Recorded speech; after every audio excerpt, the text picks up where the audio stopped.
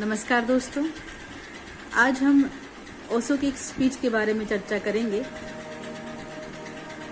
ओशो की बहुत सी मोटिवेशनल स्पीचें हैं जिनमें उन्होंने जीवन, आत्मज्ञान और आत्म संस्कार की दिशा में गहरे विचार प्रस्तुत किए हैं। उनकी एक प्रसिद्ध स्पीच है जो जीवन में प्रगति और आंतरिक स्वतंत्रता के महत्व को दर्शाती है। वह है, तुम हो तो सब कुछ है।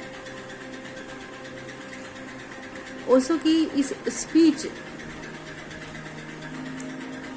में बहुत महत्वपूर्ण बातें हैं जो आपको बहुत मोटिवेट करेंगे। दोस्तों, जानते हैं इस स्पीच के बारे में ओशो ने क्या बोला है, इसमें क्या कहा है।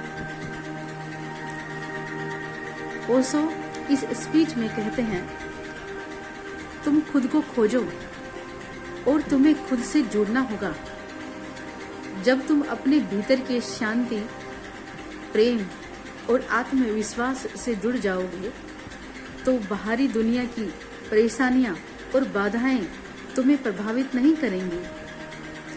तुम एक ऐसे शख्स बनोगे जो अपनी राह पर चल रहा है और किसी और की राय, डर या आलोचना से प्रभावित नहीं होगे।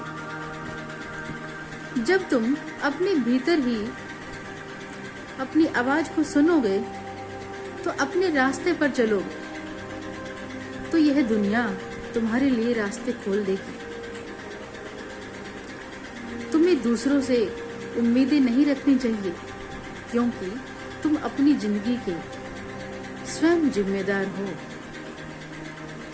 समय और स्थिति पर निर्भर मत रहो क्योंकि तुम पूरी तरह से स्वतंत्र हो।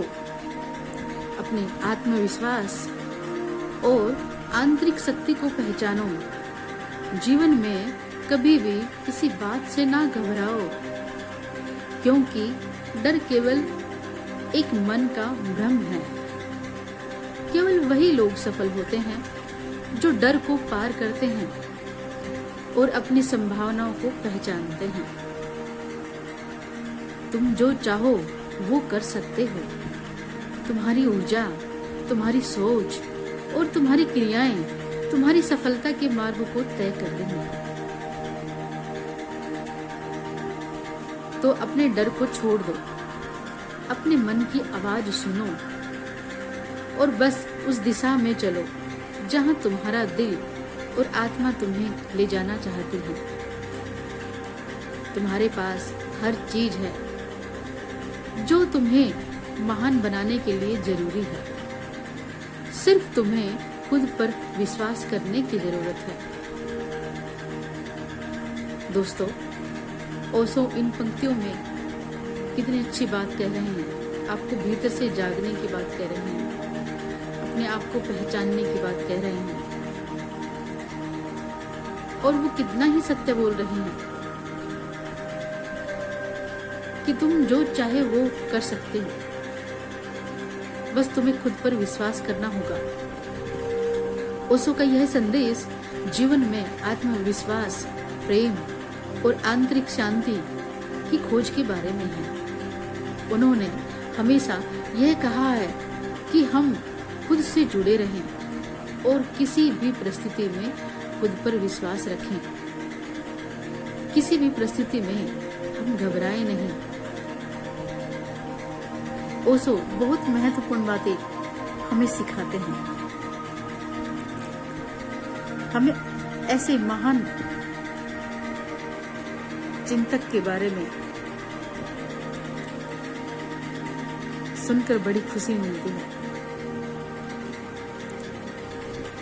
हमारे देश के ऐसे महान दार्शनिक बहुत दुर्लभ हैं। इनके विचारों को सहेज कर रखा गया है। इनके विचारों को आसान शब्दों में हम जान रहे हैं। उन्होंने भी आसान शब्दों में कहा है, लेकिन कई बार ऐसा लगता है कि हम उन आसान शब्दों को भी अपनी सरलता से नहीं समझ पाते हैं। क्योंकि उन्होंने उस बौद्धिक स्तर से कहा है। दोस्तों, आज की वीडियो में इतना ही। आपको ये अच्छी लगे तो मेरे चैनल को लाइक, शेयर और सब्सक्राइब कीजिएगा।